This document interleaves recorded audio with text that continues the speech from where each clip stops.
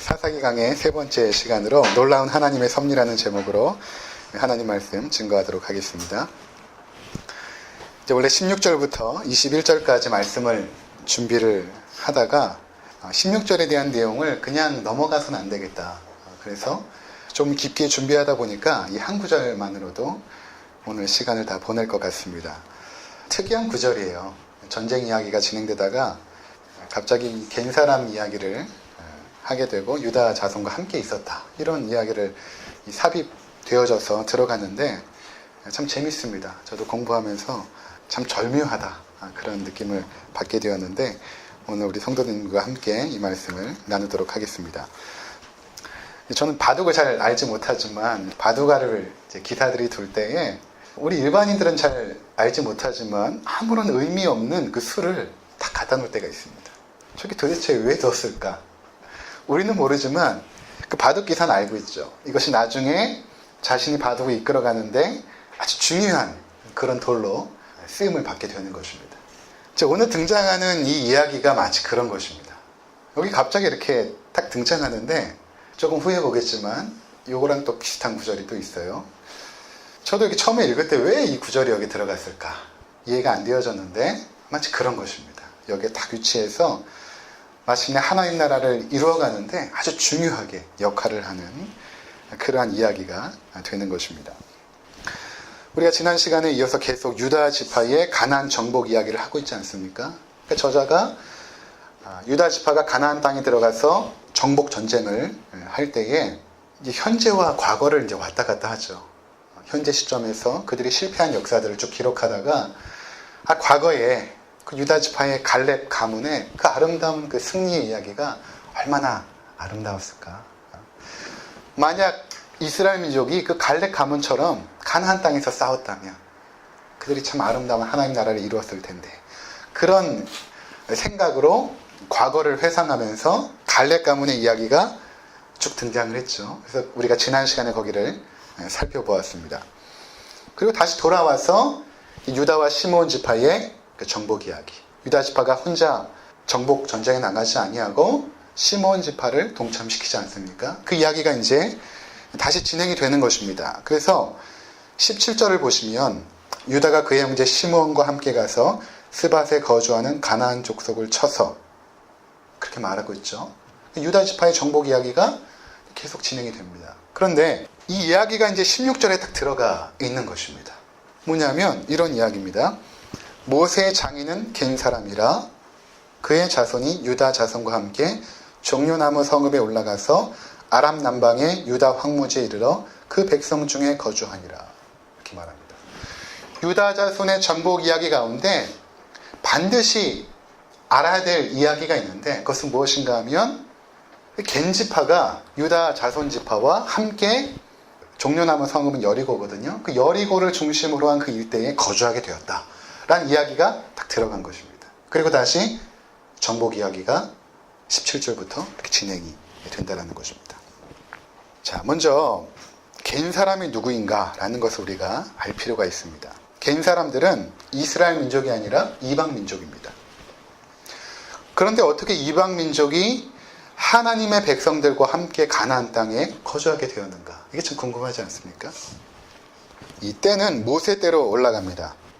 여러분 모세 아시죠? 그 모세가 바로의 궁전에서 이제 왕으로서 살게 되지 않습니까?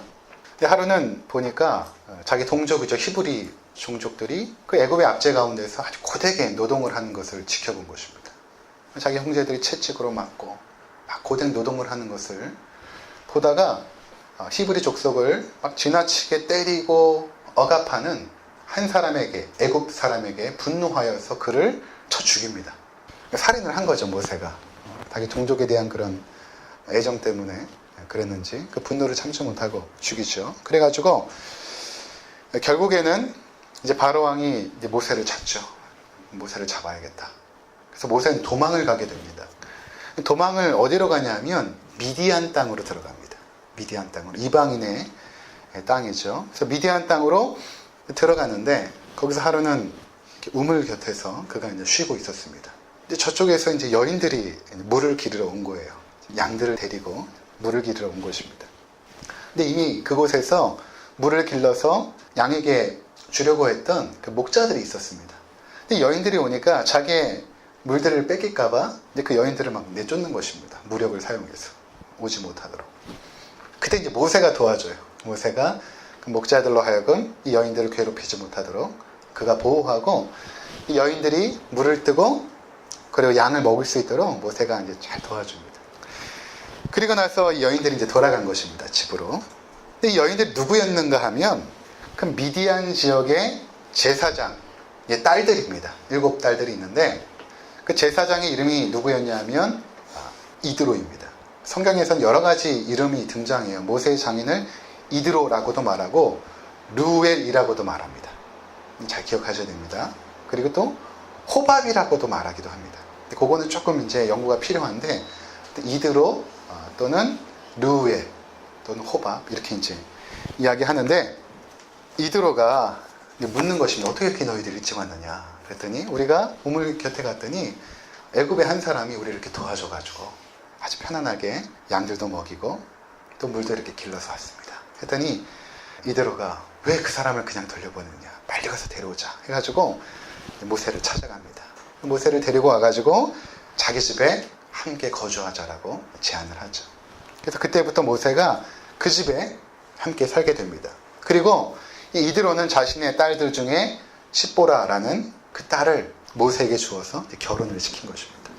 자, 그러니까 모세라는 인물이 나중에 이제 출애굽의 그 리더 아닙니까? 모세가 애굽에 갇혀져 있던 이스라엘 민족을 데리고 나오는 그 역할을 하잖아요. 이 모세가 이방인 여인과 이제 결혼을 하게 된 것입니다. 자, 그리고 나서 하나님께서 모세에게 약속의 땅 가나안으로 가라 이렇게 명령하지 않습니까? 근데 문제는 뭐냐면 장인어른의 가족이에요. 미디안 사람들 아닙니까? 그리고 이제 모세는 그 미디안 사람들 가운데 그 겐 족속, 그러니까 미디안의 여러 족속 가운데 이 겐 족속이 있었는데 그 겐 족속에 속했던 것입니다. 그래서 이 장인어른의 가족을 어떻게 해야 될까? 이게 이제 고민이 된 것입니다. 약속의 땅에 들어가야 되는데 이방인들이에요. 그래서 모세가 정중하게 부탁을 합니다. 함께 가자고. 우리 함께 그 장면을 보도록 하겠습니다. 민수기 10장 29절에서 32절. 모세가 모세의 장인 미디안 사람 르우엘의 아들 호밥에게 이르되, 자 잠깐만요. 자, 이 호밥이 또 나오죠. 호밥이 누구냐면 모세 장인의 아들이죠, 그죠? 르우엘의 아들 호밥이라고 말하거든요. 일단 이거를 잘 기억하셔야 됩니다. 자, 그러니까 처남인 겁니다. 모세의 처남, 모세의 처남 호밥. 자, 계속 읽겠습니다. 이르되 시작. 여호와께서 주마하신 곳으로 우리가 행진하나니 우리가 동행하자. 그리하면 선대하리라. 여호와께서 이스라엘에게 복을 내리리라 하셨느니라. 호박이 그에게 이르되 나는 가지 아니하고 내 고향 내 친족에게로 가리라. 모세가 이르되 청하건대 우리를 떠나지 마소서. 당신은 우리가 광야에서 어떻게 진칠지를 아나니 우리의 눈이 되리이다. 우리와 동행하면 여호와께서 우리에게 복을 내시는 대로 우리도 당신에게 행하리이다. 모세가 이제 처남에게 부탁을 하는 것입니다. 함께 갑시다. 그랬더니 호밥은, 처남은 아닙니다. 우리는 그냥 미디안 사람들과 함께 살겠습니다. 했더니 모세가 아닙니다. 같이 갑시다. 당신이 우리와 함께 가면 하나님께서 우리에게 주셨던 그 축복을 당신의 가문에게도 가정에게도 주실 것입니다. 우리와 동행하면 여호와께서 우리에게 복을 내리시는 대로 당신들에게도 그 복을 주실 것입니다. 그렇게 초청하고 있는 것입니다. 그래서 결국에는 이 겐 족속이 함께 가나안 땅으로 들어가게 된 것입니다. 자, 다시 사사기 1장으로 돌아오시면 되겠습니다. 그래서 사사기 1장 16절에 보면 그들이 어디로 가냐면 종려나무 성읍, 아까 말씀드린 대로 여리고를 의미하는데 그 주변 일대에 정착하게 된 것입니다. 자, 이 이야기가 왜 중요한가 하면 첫 번째로는 하나님의 백성의 정체성 때문에 그렇습니다. 그러니까 성경은 하나님의 백성이 누구인가라고 할 때에 이스라엘 민족이다 이렇게 말하지 않습니다. 하나님은 이스라엘의 하나님이시지만 이스라엘의 하나님으로 국한된 것은 아닙니다. 하나님의 백성들은 하나님의 은혜 가운데 선택받은 자들을 의미합니다. 하나님의 은혜 가운데 선택받은 자들. 우리가 이것을 잘 이해해야 되는 것입니다. 하나님은 이스라엘 백성들에게 이방 여인과 혼인하는 것을 철저하게 금지하셨죠. 왜냐하면 이방 여인들과 결혼하게 되면 우상 숭배로 가는 지름길에 들어선 것입니다. 그러나 잘 보세요. 이와 같이 이방인이라 할지라도 그들이 하나님을 섬기고자 한다면, 이방인이라 할지라도 그들이 하나님을 섬기고자 한다면 그것은 은혜의 사건이고, 이것으로 말미암아 그들에게도 하나님께서 예비하신 큰 은혜와 축복이 임한다라는 것을 보여주는 것입니다. 그러니까 모세는 이방 여인인 자신의 아내뿐만 아니라 그 가족 전체를 하나님 나라의 백성으로 초청했습니다. 그리고 그들이 하나님 나라의 백성이 되었어요. 장인어른뿐만 아니라 처남, 그리고 겐 족속 전체가 하나님 나라의 그 약속의 땅에서 살게 되면서 하나님의 축복을 받게 된 것입니다. 우리 여기 미혼의 그 청년들이 많이 있지 않습니까? 자, 앞으로 결혼도 해야 되는데 가장 좋은 길은 하나님을 잘 믿는 형제와 자매를 만나는 것입니다.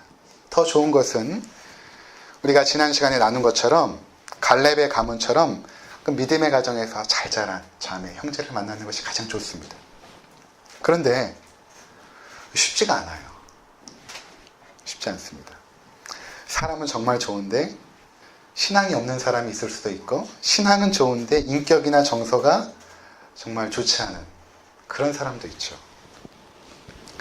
자, 이런 면에 있어서 오늘 본문이 우리에게 한 가지 가능성을 열어줍니다. 그것은 무엇인가 하면, 불신자라 할지라도 우리가 그들을 그리스도께로 인도한다면 그것도 하나님의 나라를 이루는 하나의 방법이 될 수 있다는 것입니다. 그래서 불신자와 결혼은 절대 안 돼 라고 말하는 것은 꼭 맞는 말은 아니에요. 한국교회 현실하고 맞지 않습니다. 물론 그러면 좋지만 한국교회 현실 가운데 자매가 훨씬 많아요. 2배 이상 많습니다. 형제들보다 훨씬 많아요. 성비율이 맞지가 않습니다. 그러니까 너무 불신자와 결혼을 반대하는 것도 무책임한 일입니다.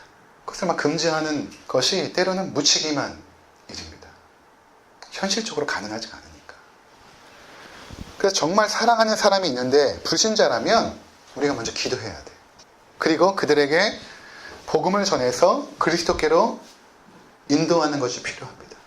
그리고 또 세례도 받게 하고, 그리고 나서 믿음의 가정을 이루게 하는 것입니다. 이것을 모세가 우리 가운데 보여주고 있는 것입니다. 미디안의 여인을 만나서 그 가문이 함께 약속의 땅 하나님 나라로 들어가게 되었다는 것입니다. 여러분의 자녀들이 교제하는 상대가 가정도 괜찮고 인격도 좋고 한데 믿음이 없는 것 때문에 고민한다면 우리가 이 본문을 가지고 기도할 필요가 있습니다. 하나님, 모세의 가정처럼 우리 가정도 그렇게 나의 아들 또는 나의 딸을 통해서 그 가정 가운데 하나님 나라가 임하게 하옵소서 라고 기도하는 것이 굉장히 중요하고 필요한 일이라는 것입니다. 저희 가정도 그렇거든요.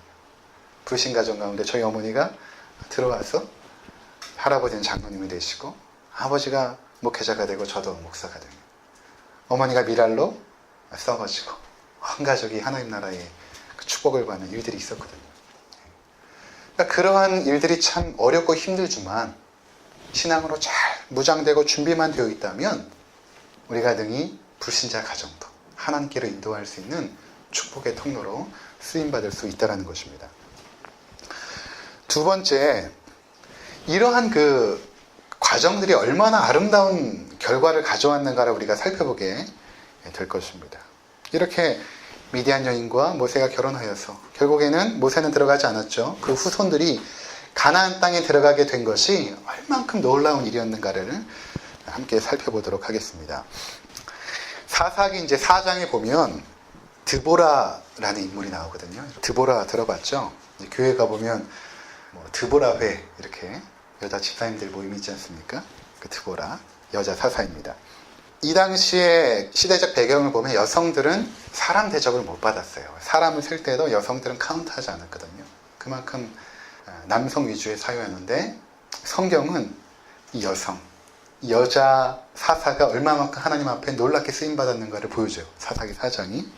그런데 우리는 드보라는 아는데 이 사사기 4장에 등장하는 또 한 명의 아주 중요한 여인은 잘 알지 못하죠. 그 이름이 야엘이라는 여인입니다. 그러니까 사사기 4장은 여성에 대한 이야기예요. 여성들이 얼마만큼 아름답게 쓰임받았는가에 대한 이야기인데 그 이야기를 하려고 하는 것입니다. 사사기 4장에 딱 들어가면 이스라엘이 가나안 왕 야빈의 압제 아래서 20년 동안 학대를 받게 됩니다. 20년 동안. 이 가나안 왕 야빈이 얼마나 무시무시했냐면 그 당시가 이제 청동기에서 철기로 넘어가는 시기였는데 그들이 철기 문화를 빨리 받아들인 것입니다. 그래서 철병거를 만들었어요. 900승. 철병거 900대를 그들이 가지고 있었습니다. 여러분 전투에서 중요한 것은 그 무기 아닙니까? 북한이 그렇게 핵무장하려고 하는 이유가 그 거대한 그 미국이 덤비지 못하도록 그 핵무기 하나만 가지고 있으면 되는 거 아닙니까? 그러니까 그 당시에 이제 창하고 칼을 가지고 있던 이스라엘 백성들에게 철병거라는 것은 넘지 못할 벽이었던 것입니다. 상대도 안 되는 거예요. 그러니까 꼼짝없이 그 압제 가운데서 억압을 받았던 것입니다. 그들이 얼마나 무서웠으면 그들 대항하여서 일어날 전쟁에 선봉에 설 남성이 한 명도 나타나지 않습니다. 근데 그때 누가 나타나냐면 여사사 드보라가 일어납니다. 드보라가 선봉에 서요. 하나님께 나아가서 이제 전략을 받아옵니다. 이런 전략을 하나님께서 내십니다. 납달리 자손과 스불론 자손 10,000명을 거느리고 다볼산으로 올라가라. 이렇게 말합니다. 드보라가 바락이라는 장군을 세우고 바락으로 하여금 10,000명의 군사를 거느리고 다볼산으로 올라가게 합니다. 자, 그래서 이스라엘 군이 다볼산에서 이제 딱 진을 치고 전쟁을 준비하고 있습니다. 그러니까 이 소식을 이제 가나안 왕 야빈이 들었겠죠. 이 야빈 왕이 시스라 장군, 군대 장관 시스라 장군을 선봉에 세우고 철병거 900대를 끌고 전쟁에 나간 것입니다. 그러니까 다볼산이 이렇게 있으면 그 밑에 기송강이라는 곳이 있는데 그곳으로 이제 모인 것입니다. 평지입니다. 기송강으로 이제 모인 것입니다. 이 전략을 다 이제 하나님께서 드보라에게 주신 거예요. 자, 산 위에는 10,000명의 얼마 안 되죠. 그렇죠? 10,000명의 이스라엘 군사. 그리고 이 기송강에는 철병거 900대가 있는 것입니다. 전쟁을 해봐야 이거는 게임도 안 되는 거예요. 철병거 900대입니다. 괜히 긴장된 순간 아닙니까? 전쟁이 딱 준비가 되는 그 긴장된 순간. 근데 이렇게 굉장히 긴장된 순간에 뜬금없는 이야기가 또 하나 탁 돌출합니다. 우리 한번 보고 오도록 하겠습니다. 사사기 4장 11절입니다.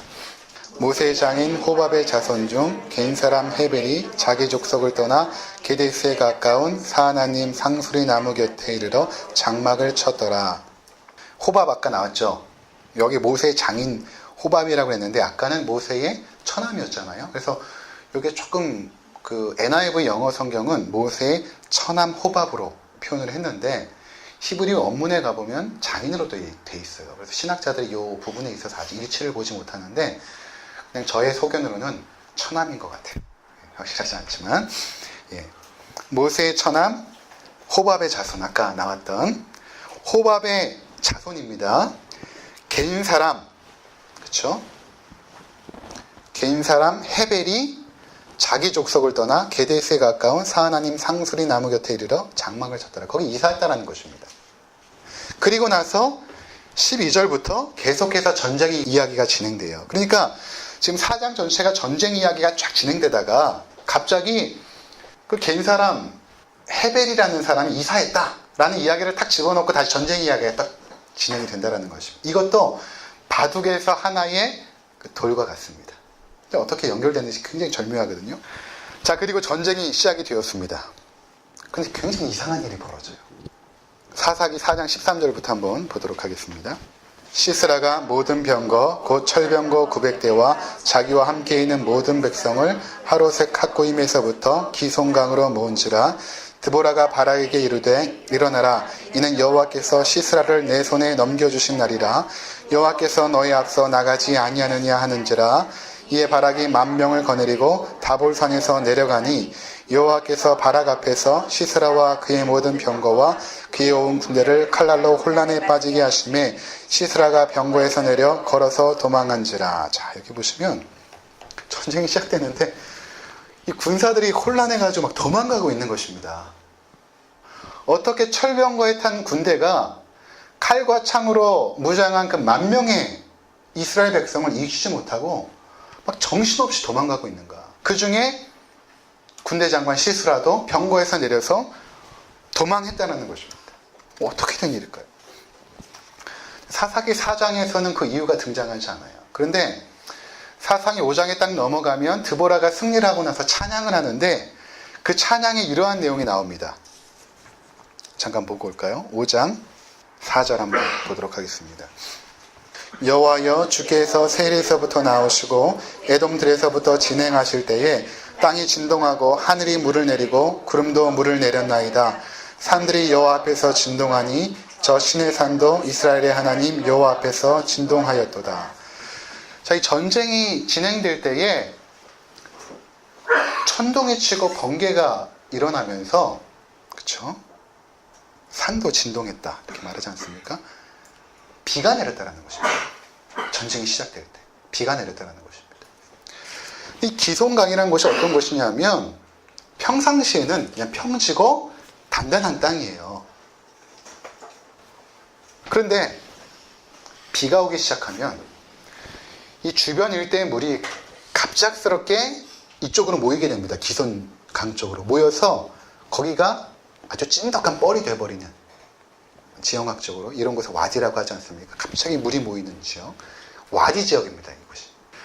그러니까 철병거 900승을 끌고 시스라 장군이 올 때에 설마 비가 오리라고 생각했겠습니까? 이스라엘은 건기도 있고 우기도 있는데.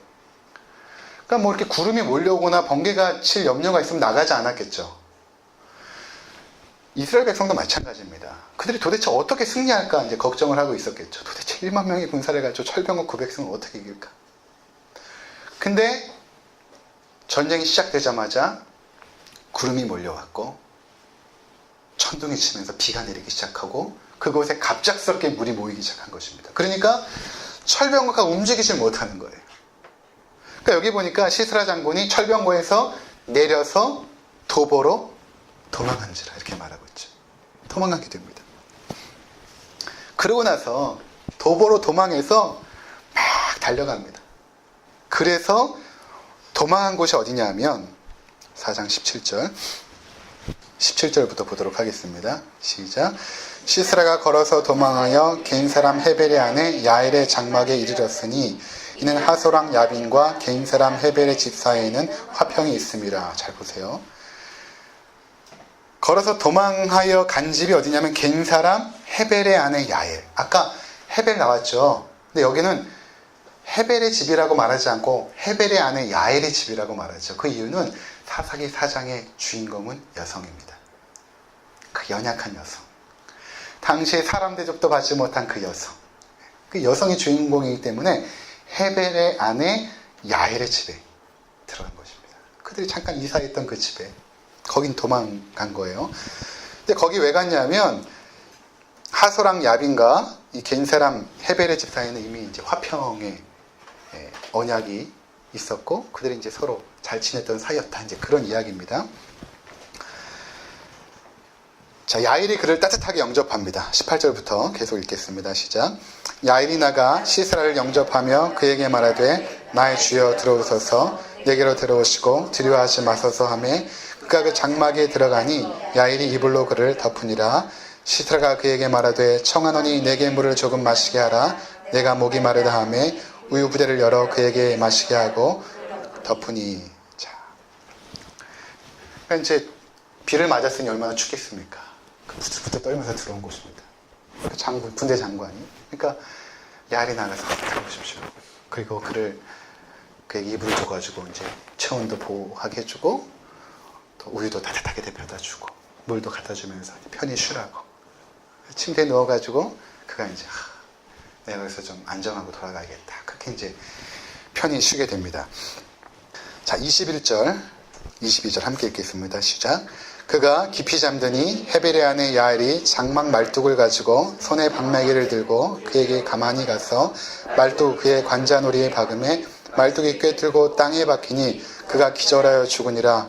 바락이 시스라를 추격할 때에 야엘이 나가서 그를 맞아 그에게 이르되 오라 내가 찾는 그 사람을 내가 내게 보이리라 하매 바락이 그에게 들어가 보니 시스라가 엎드러져 죽었고 말뚝이 그의 관자놀이에 박혔더라. 무시무시하지 않습니까? 야엘이 딱 잠드니까 텐트 팩 있지 않습니까? 텐트 팩 갖고 와 해머를 갖고 와가지고 관자놀이에다가 쳐가지고 즉사시켜버린 것입니다.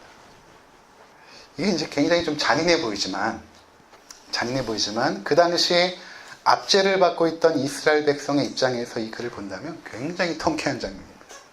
꼬리를 억압했던 그 적장, 마치 안 죽은 의사가 이토 히로부미를 사살한 것처럼 굉장히 통쾌한 장면이죠. 이것으로 인해서 이스라엘 백성이 해방을 받습니다. 나중에 이제 바락 장군이 막 찾지 않습니까? 혹시 못 봤냐고. 이 송장을 찾고 있었던 것이죠. 여기 관자놀이에 텐트팩이 박혀서 죽어있는 그 송장을 나중에 찾게 된 것이죠. 자, 성경은 우리에게 한 지파가, 이방인 한 지파가 어떻게 하나님 나라의 백성이 되었고, 그리고 어떻게 약속의 땅을 받았으며, 그리고 나중에 그 지파 가운데 한 여인이 시집을 와서 그 연약한 여인의 손으로 말미암아 적장이 죽음을 당했는가. 그래서 하나님의 구원이 이스라엘 백성 가운데 어떻게 임했는가를 아주 절묘하게 보여주지 않습니까? 이런 것을 놓고 보면 우리 삶에 일어나는 사소한 일들조차도 하나님 나라에 얼마나 귀하게 쓰임을 받을 수 있는가 하는 것을 우리가 알게 됩니다. 이것을 우리가 하나님의 섭리라고 말합니다. 하나님의 섭리. 그 당시엔 이게 뭔지 몰라요. 바둑알을 딱 놨는데 하나님께서 우리 삶에 어떤 바둑알을 딱 놓으셨는데 왜 이런 일이 일어났지? 내가 기대한 일이 전혀 아니고 내가 계획한 일도 전혀 아니었고 내 삶에 도대체 어떻게 이런 일이 일어날 수 있는가 하는 일들이 닥친다라는 것입니다. 근데 우리는 알지 못해요. 우리의 삶은 운명에 의해서 결정된 것도 아니고 또는 우발적으로 어떠한 우연한 일들이 계속해서 일어나는 것도 아닙니다. 모세가 도망하여서 미디안 땅으로 들어간 것도 우연이 아니었고 거기서 우물기는 여인을 만나서 그들을 도와준 것도 우연이 아니었습니다. 거기는 십보라와 결혼을 해서 살게 된 것도 우연이 아니고 그래서 결국에는 그 처남과 함께 그 처남의 가족이 가나안 땅에 들어가게 된 것도 우연이 아니에요. 거기에 이제 갱 족속의 후손 가운데 헤벨이 또 야엘을 만나서 결혼하게 된 것도 우연한 게 아니에요. 다 하나님의 목적과 계획 가운데서 진행이 되고 있었다는 것입니다. 놀랍지 않습니까? 우리 삶을 돌이켜보시기 바랍니다. 우리 삶에 일어났던 크고 작은 일들 속에 하나님의 목적과 계획이 있음을 우리는 인정해야 되는 것입니다. 우리가 지금은 알 수 없습니다. 헤벨이 이사를 결정하면서 우리 그냥 이사 가자 이렇게 했을 거 아닙니까? 우리 그곳으로 가자. 하나님 아래 상수리 나무 있는 그곳으로 이사하자 이렇게 했을 거 아닙니까? 그런데 그 결정이 놀라운 구원 사건으로 연결이 되고 있었다는 것입니다. 지금 우리가 내리는 결정들 속에 하나님의 숨겨진 뜻과 계획들이 있는 것입니다. 우리가 지금은 그 의미를 알 수 없는 일들이 후에는 하나님 나라를 이루는 초석이 되기도 합니다. 그래서 우리가 쉽게 어떠한 일들을 평가할 수가 없는 거예요. 이것이 잘 됐다, 잘못됐다, 좋은 일이다, 나쁜 일이다, 쉽사리 평가할 수 없습니다.